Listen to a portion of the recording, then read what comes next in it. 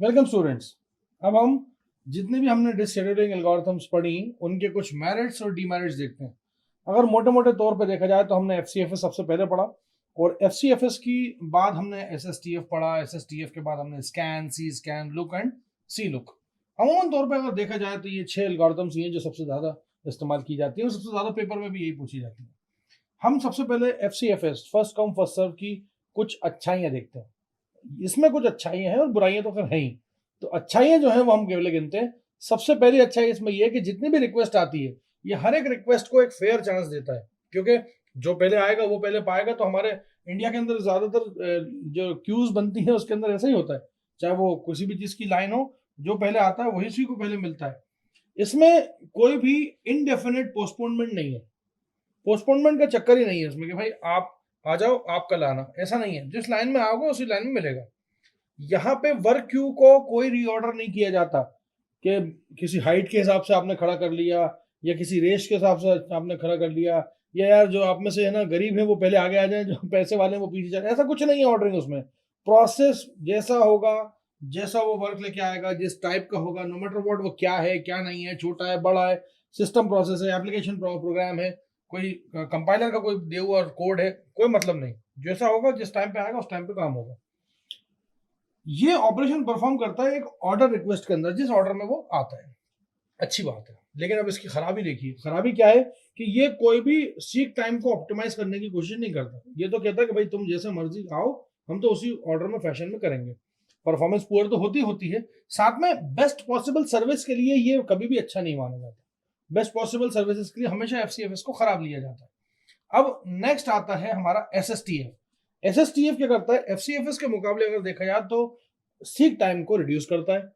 उसके अंदर average response time जो होता है वो भी कम हो जाता है, और थ्रूपुट तो डेफिनेटली बढ़ेगा ही बढ़ेगा। ओवरहेड क्या है?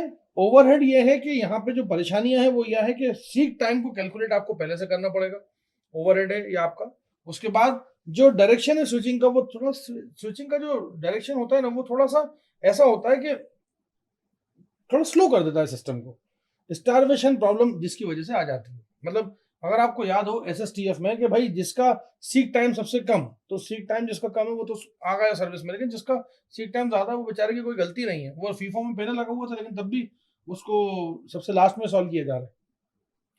उसके बाद इसको ओवरकम करता है स्कैन, और ये स्कैन जो है ये एक्चुअली एसएसटीएफ का ही एक वेरिएंट है, और ये हाई थ्रूपुट देता है। और हाई थ्रूपुट देने के साथ अगर आपको याद हो, स्कैन क्या करता था कि हमारा शुरुआत में बिगिनिंग में जाने की कोशिश करता था, और जो भी डायरेक्शन हो, अगर बिगिनिंग में जाएगा तो बिगिनिंग, और एंडिंग में जाएगा तो एंडिंग। अगर बिगिनिंग में जाएगा तो एंडिंग पे कहीं खत्म करेगा, अगर एंडिंग में जाएगा तो बिगिनिंग पे कहीं खत्म करेगा।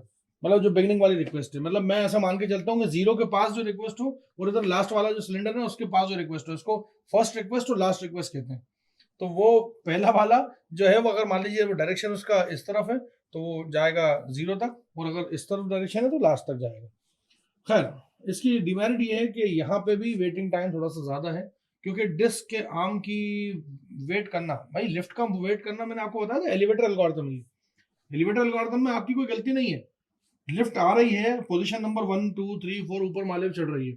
अभी आपके पास आई नहीं है लिफ्ट, आप है लिफ्ट में, आप उस बिल्डिंग के अंदर 75th माले पे हैं। आपने 75th माले पे आपने बटन दबाया, अब कायदे से उसको आ रही है तो 75th पे भी रुक जा।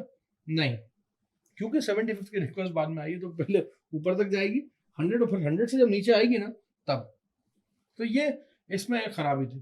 खैर, इसके बाद हमने सी स्कैन यूज करा। सी स्कैन कम्प्लीटली इस चीज को खत्म करती है, और क्या करती है कि यूनिफॉर्म वेटिंग टाइम देती है सबको कंपैरेटिवली स्कैन के। मतलब वेटिंग टाइम किसी को ऐसा नहीं होगा कम ज्यादा, सबको बराबर का मिलेगा।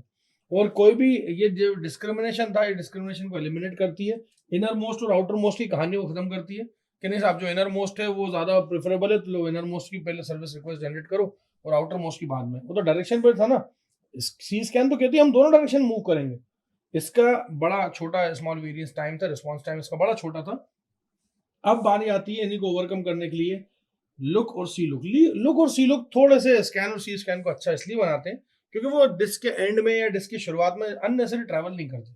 जो अननेसेसरी ट्रैवर्सल को रोकता है तो जाहिर सी बात है उसका एक्स्ट्रा डिले टाइम मिलेगा उसको, और जाहिर सी बात है प्रोसेस ज्यादा से ज्यादा एंटरटेन कर पाएगा।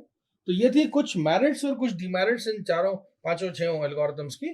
तो इसको आप याद रखिएगा और ये न्यूमेरिकल अगले जो फेस में आएंगे उसके न्यूमेरिकल्स को देखिएगा, और जो इनके साथ पढ़ा गया न्यूमेरिकल उनमें एक ही न्यूमेरिकल को मैंने लेके और सारी चीजें समझाई हैं, तो आप भी कोशिश ये करिएगा कि उस न्यूमेरिकल को स्टैंडर्ड न्यूमेरिकल माने, उसके बेसिस पे सारे न्यूमेरिकल सॉल्व करें।